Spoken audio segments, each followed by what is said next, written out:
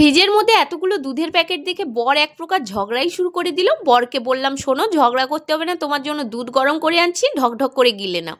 দুধ গরম করতে গিয়ে দেখি দুধ ফেটে ছানা হয়ে গেছে। আরও 1 চামচ লেবুর রস দিয়ে ভালোভাবে ছানা কাটিয়ে জল ঝারিয়ে নিলাম।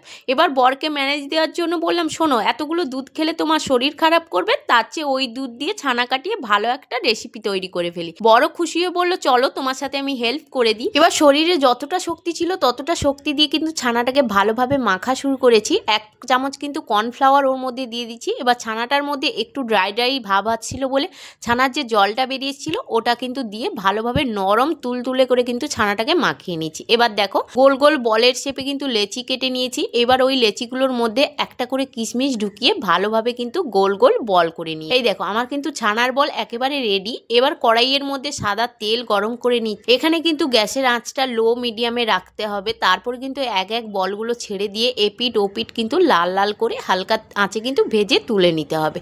এই দেখো, আমার এক ব্যাচ তোলা হয়ে গেছে, আর এক ব্যাচ কিন্তু ভেজে তুলে নিচ্ছি। কতটা নরম আর সফট হয়েছে দেখো, আর ফুলে কিন্তু ডবল হয়ে গেছে। এবার একটা বাটির মধ্যে জিরে গুঁড়ো, ধনে গুঁড়ো, শুকনো লঙ্কার গুঁড়ো আর হলুদ গুঁড়ো দিয়ে কিন্তু ভালো একটা পেস্ট বানিয়ে নিচ্ছি।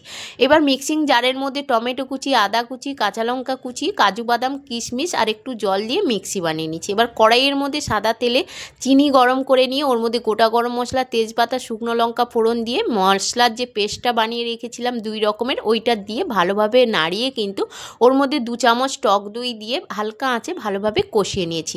মশলা থেকে তেল বেরিয়ে আসলে পরিমাণ মতো জল দিয়ে ওর মধ্যে আগে থেকে ভেজে রেখেছিলাম আলু আর আগে থেকে ভেজে যে বলগুলো রেখেছিলাম ছানার, ওইগুলো দিয়ে ভালোভাবে ফুটতে দিয়েছিলাম। এবার ফুটে জল মরে আসলে আলু সেদ্ধ হয়ে গেলে ওর মধ্যে 1 চামচ ঘি, গরম মশলা ছড়িয়ে কিন্তু নামিয়ে নিলাম। রেডি হয়ে গেল আমার ছানার কোপ্তা কারি।